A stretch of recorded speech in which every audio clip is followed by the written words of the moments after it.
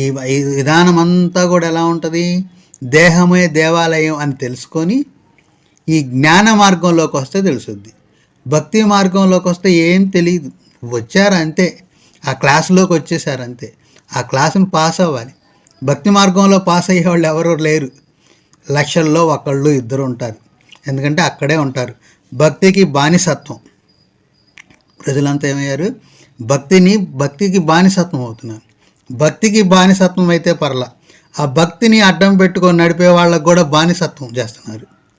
కాబట్టి నిన్ను బానిసగా చేయడానికి కాదు భక్తి, నిన్ను సంస్కరించడానికి భక్తి, మనల్ని సంస్కరించడానికి భక్తి, మనం మంచి మార్గంలోకి వెళ్ళడానికి భక్తి. మనం పుట్టినప్పుడు ఈ దేహాన్ని ఎంత స్వచ్ఛందంగా మనం నవ్వుతూ మనకి అనుభవించామో అట్లాంటి దేహాన్ని మళ్ళీ తిరిగి చనిపోయేటప్పుడు కూడా ప్రకృతికి అప్పగించాలి. అన్ని